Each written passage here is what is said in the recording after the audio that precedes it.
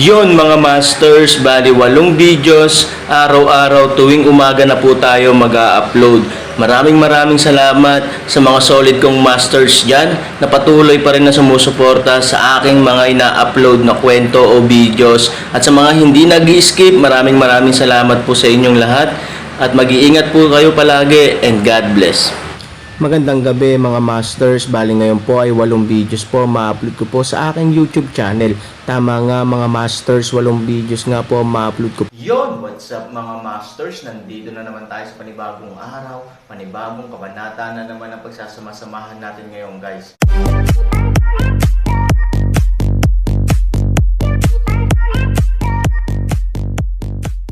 Bali mga masters, kung bago ka pa lang po sa aking YouTube channel, please click the subscribe button, lalong-lalo na po yung notification bell guys, para maging connected pa rin tayo sa isa't isa at maging updated kayo sa mga susunod ko pang video.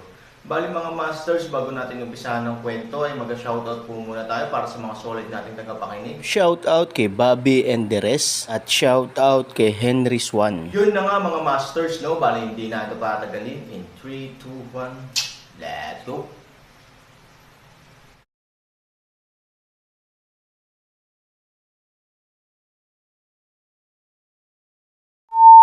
Sa likod ni Yang Dingtian at Liu Zio, sa oras na ito, ang pamilyar na lalaking nakaitim, na nakita noon ni Aaron, ay bahagyang lumulutang sa hangin. Sa kanyang kamay, hawak ang isang maliit na black magic ball, ang buong katawan ay nababalot ng itim na gas. Sa oras na ito, bagamat natatakpan ng sombrero ang kanyang buong ulo, naramdaman pa rin ni Aaron ang kanyang mabangis na pagtingin sa kanyang sarili. Oo, paano kita titignan? 3-1. Halika na. Aaron sulok ng bibig dasday ng isang ngiti. Young master, ako ay nangangati, dalhin kayong 3 sa pagsasanay. Tapos na sinasabi, Aaron mabangis isang acceleration, direktang pag-atake ng 3 tao. Ang pagmamataas na siyang Dingtian ay umiinom ng galit. Sa isang kislap ng gintong liwanag sa kanyang kamay, direkta niyang isinakripisyo ang kanyang buhay na sandata na Chanluka. Ang lilang liwanag ni Chanluka ay pumailanglang sa langit. Ito ang mahiwagang sandata na tumutulong kay Yang Dingtian na makamit ang mahusay na katanyagan. Huwag maging mapangahas, anak. Sabay inom ni Liu Zio, at ang kanyang katawan ay kumikislap na may ginto. Sa sumunod na segundo, ang kanyang katawan ay umikot ng ligaw. Sa ilalim ng pag-ikot, si Liu Zio na may dobleng kutsilyo sa harap at puting nakaharap sa sanggol na may mahabang baril, sa likod. Sa oras na ito, hinikayat din ng lalaking nakasuot ng itim ang itim na bola ng enerhiya sa kanyang kamay, at ang buong bola ng enerhiya ay biglang sumabog ang isang malakas na pulang ilaw ng dugo. Lahat, sumugod kaagad sa totem kasama ako. Nakita ni Ye Gotcheng ang 4 na lalaking nag-aagawan, sinamantala ang pambihirang pagkakataong ito, ikanaway ang kanyang kamay, at inakay ang justice team sa totem. Natural, hindi palalampasan ng pinuno ng pamilya Chen ang pagkakataong ito. Sinundan niya si Ye Gotcheng at inatake ang totem gamit ang kaliwa at kanang pakpak. Ang tuktok ng aswal na bundok, na halos hindi nasakop ang kalamangan, ay nawala ang 3 sa mga nangungunang eksperto nito at natalo na parang bundok. Sa pagharap sa lumalakas na kalaban, lumaban ito at umatras. Sa kalangitan sa oras na ito, direktang hinarap ng Aaron ang pinakamalakas na pag-atake ng 3 lalaki. Kahit na si Taisho Shenbu ay kamangha-mangha at hindi mahuhulaan, hindi niya napigilan ang 360 degree na pag-atake ng 3 lalaki, lalo na ang lalaking nakaitim na nakasuot ng damit. Ang kanyang mahika ay isa lamang ulap ng itim na usok, tulad ng hangin na nakakalat sa hangin. Ngunit sa lalong madaling paglapit ni Aaron, ang usok ay biglang lumiit na parang espada, at pagkatapos ay tumagos sa katawan ni Han sa hindi inaasahang bilis. Sinubukan ni Aaron na hawakan ang walang kamatayang Zuan armor, ngunit kahit papaano, ang epekto ay eksaktong kapareho ng huling beses na humarap siya sa pulang anino ng dugo. Sinasabi ng karanasan kay Aaron na ang lalaking nasa harap niya ay ang parehong uri ng pag-atake sa anino ng dugo sa araw na iyon. Sa makatuwid, ang walang kamatayang Shuangkai ay hindi dapat makapagtanggol laban sa ganitong uri ng pag-atake. Ang madadala nito ay mas direktang pinsalang dulot ng mahika at mga armas. Gayunpaman, kahit na marami silang pagkakatulad, imposibleng matuto sila sa isa't isa. Ang anino ng dugo ay masin at masama, na may maruming ngunit makapangyarihang kapangyarihan. Ang lalaking nasa harap niya ay may mas kaunting kapangyarihan kaysa sa una, ngunit mas dalisay kaysa sa una. Sa makatuwid, ang katawan ni Aaron ay kasing sakit ng Aaron. Kung sasabihin natin na ang una ay isang malaking kutsilyong hiwa sa katawan, isang kutsilyo ang damaloy sa iyong dugo, kung gayon ang huli, ay dapat na ear scoop, bagaman ang kapangyarihan ay hindi malaki, ngunit isang scoop ng iyong karne, gaano hindi komportable. Sa ilalim lamang ng pag-atake ng dalawang itim na usok, sa susunod na segundo, ang dobleng espada ni Liu Zio ay nahulog mula sa langit. Hinaharang lang ng Aaron ang susunod. Biglang lumingon ang lalaki sa isang iglap, at direktang sinaksak ng puting mukha na multo ang Aaron. Kung ordinaryong tao lang, butas na ng dugo. Sa kabutihang palad, ang Aaron ay may walang kamatayang Zuan armor, ngunit ginawa pa rin ni Julie ang Aaron na umatras. Sa kalagitnaan ng hangin, ang langit na si Luo Chiang ay sumisid pababa mula sa langit. Damn, you can play, right? I will, too. Panipi. Sa isang sigaw ng galit, pinilit ni Aaron na gumalaw ang mental method ni Taiyan. Ang buong tao ay nasa himpapawid. Pagkatapos, yumuko siya at bahagyang iniunat ang kanyang mga braso pabalik. Skyfire, Moonwheel. Isang dagandong, at pagkatapos, ang mga ulap ay nagbabago ng kulay. Madilim na langit. Ang susunod na segundo, Aaron kaliwang kamay biglang red Skyfire, kanang kamay biglang purple Moonwheel. Ang buong tao ay parang Diyos. Habang gumagalaw ang dalawang kamay, nakasabit pa rin sa ere ang dalawang apoy. Ang kaliwang kamay ay kumukuha ng busog, at ang kanang kamay ay kumukuha ng apoy sa kalangitan. Biglang naging matalim na palaso ang apoy sa langit at direktang tumama. Bang! Nagkaroon ng malakas na ingay. Nanginginig ang lupa. Naglalagablab ang apoy. Ang matalim na palaso ay lumapag 100 metro ang layo, at ang apoy ay sumabog.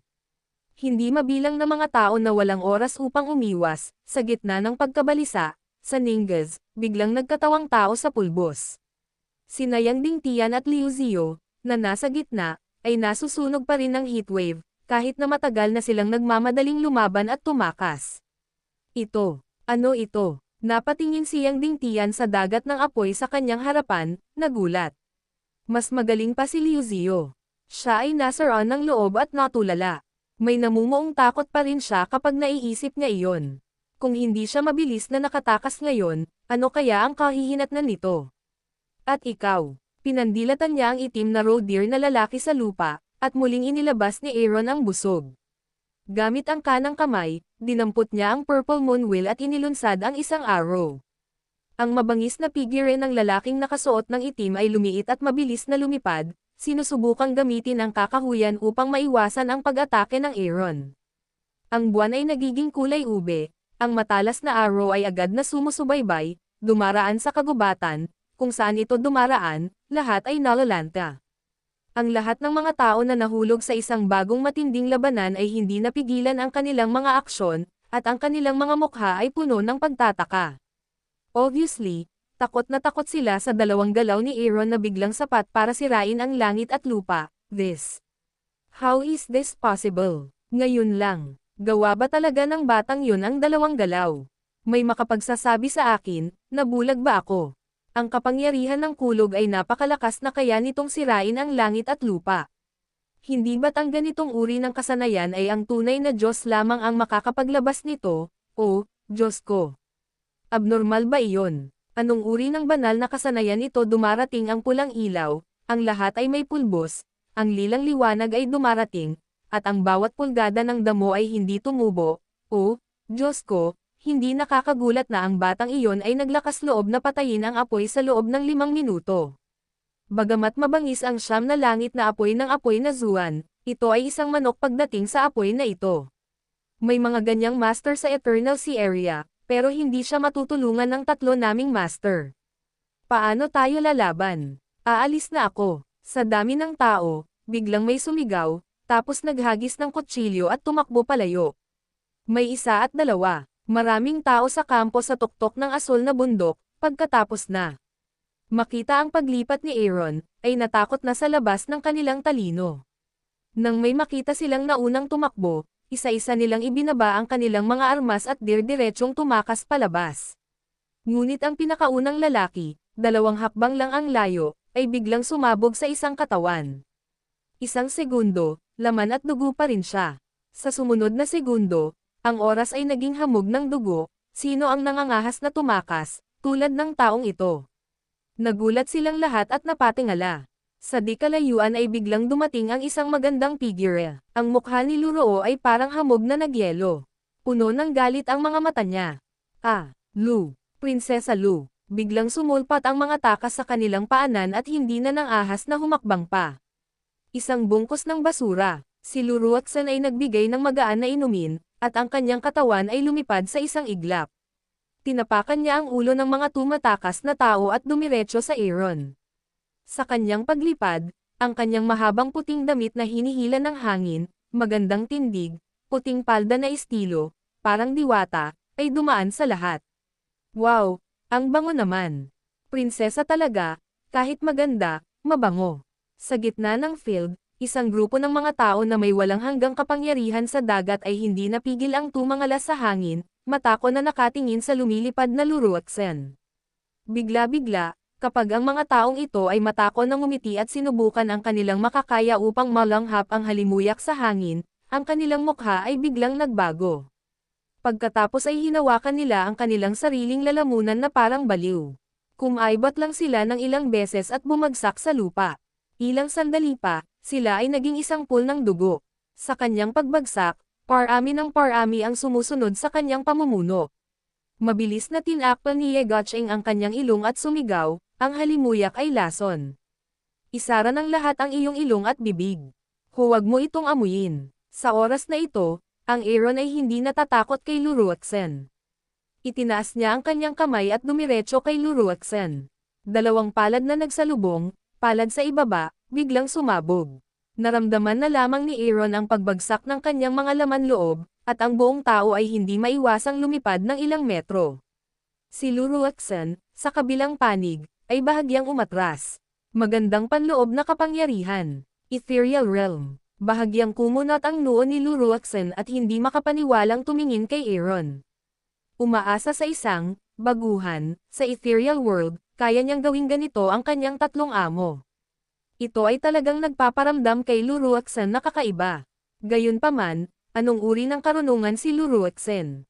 Bagamat naguguluhan siya sa mga nagawa ni Aaron, hinding-hindi niya mamaliitin ang Aaron, dahil alam niya kung ano ang ay dudulot ng pagmamaliit ng isang tao. Kawili-wili, ngunit ang mga tao sa maulap na mundo ay maaaring mabuhay sa lahat ng paraan. Ipinaalala mo sa akin ang isang tao. Nakangiting sabi ni Luruaksen. Oo, bagamat nakangiti si Han Sanchen sa kanyang mukha, hindi niya maiwasang mag-ingat. Malayo pa rito, hindi niya akalain na ang bata at magandang babaeng ito sa kanyang harapan ay ang kakilakilabot na 8 kaparangan, at ang unang tunay na 8 dalubhasa sa kaparangan na nakilala niya sa mundo. Kilala mo ba ang Aaron? Nakangiting sabi ni Luruaksen. Hindi ko alam. Sa paghusga sa reaksyon ni Aaron, si Luruaksen ay misteryosong ngumiti. Ang kanyang mga nagawa ay karaniwan din, ngunit sa tulong ng Wuxiang at Panguax, siya ay naging tanyag sa unang digmaang pandaigdig ng lungsod ng Tianlong at nakapagdala ng ilang mga masters. At ikaw, the Ethereal Realm. Interesting, really interesting. Nakasimangot si Aaron. Ang babaeng nasa harap niya ay hindi lamang pinigilan ang lahat, kundi pati na rin ang buong mundo ay nabighani sa kanyang magagandang mata. Ang isip ni Aaron ay kasing lakas ng isip ni Aaron, at siya ay medyo naguguluhan. Gayunpaman, ang ganitong uri ng pagkalito ay hindi pagnanasa, ngunit pakiramdam ni Aaron na tila alam niya ang kanyang pagkakakilanlan. Parang nakikita niya ang sarili niya. Ito ba? Mahinahong sabi ni Aaron. Kung si Aaron ay isang matalinong tao, ang kanyang paglilinang ay maaaring malapit sa iyong antas. Sa tingin mo ba ito ay mas kawili-wili? Ang Aaron ay nahulog sa walang katapusang bangin. Malamig na sabi ni Aaron. Haha, ang mga gawain ng ordinaryong tao ay natural na isinasaalang-alang mula sa pananaw ng mga ordinaryong tao, ngunit hindi ordinaryong tao. Aaron, tama ka ba tungkol sa akin? Hindi ko alam kung ano ang sinasabi mo. Kakalabas lang ng boses ni Aaron, hindi niya maiwasang mabigla. Walang kamalay-malay, Halos mahawakan niya ang daan ni Luruaksen at sinunod ang sinabi nito. Kung hindi dahil sa mabilis na pagtugon ni Aaron, natatakot ako na baka direktang nalantad siya sa lugar. Pero kahit ganun, hindi maiwasan ni Han na maging alerto sa babaeng nasa harapan niya. Mula sa isang tiyak na punto ng view, siya ay hindi lamang mataas na nilinang, ngunit din maalalahanin, matalino at mahusay sa paghuli sa puso ng mga tao. Alam mo kung ano ang sinasabi ko. Malamig na ngumiti si Luruaksen at tumingin kay Aaron, gayunpaman, hindi mahalaga sa akin, dahil kahit sino ka pa, mamamatay ka sa kamay ko. Sa sandaling bumagsak ang boses, kumislap ang puting liwanag ni Luruaksen at marahas na inatake ang Aaron. Ang distansya sa pagitan nila ay mas mababa sa kalahating sentimetro. Naaamoy pa nga ni Aaron ang bango ng kanyang katawan na nakatago sa ilalim ng halimuyak at nararamdaman ang kanyang magaan na hininga. Kahit na kayang labanan ni Aaron ang tukso sa kanya ng sobrang lapit, halatang gulong-gulo siya. Hindi niya akalain na ang pag-atake ni Luruaksen ay biglang magiging ganoon kalapit. Sa kawalan ng Diyos, direktang sinampal ni Luruaksen si Han Sanchen. Bagamat saglit na nasa gulo si Han Sanchen, mabilis siyang nagmuni-muni. Bagamat hindi niya kayang labanan ang pag-atake nito, sinampal din niya si Han Sanchen ng marahas kapag tinanggap niya ang sampal na iyon. Bang! Dalawang malalakas na ingay ang yumanig sa kanila pabalik ng ilang metro sa parehong oras. Yun na nga mga masters, no? Bali panibagong kabanata na naman yung natapos natin ngayong gabi. Muli, maraming salamat po.